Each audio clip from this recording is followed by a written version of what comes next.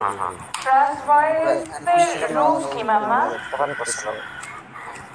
মানে ট্রান্সপোজিশন কোনো রুলস নাই, রুলস একটাই আছে, সেটা হলো What ভালো do মানুষের সাথে actually? খারাপ। What did you do in আচ্ছা, this? সেটাই বলছি।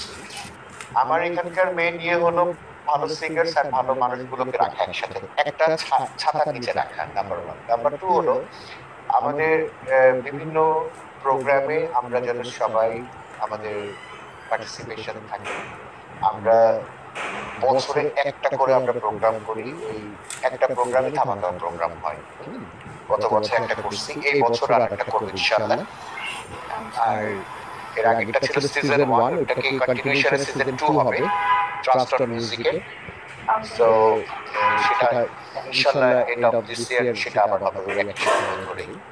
আচ্ছা, তারপরে থার্ড হলো যে আমাদের এখানে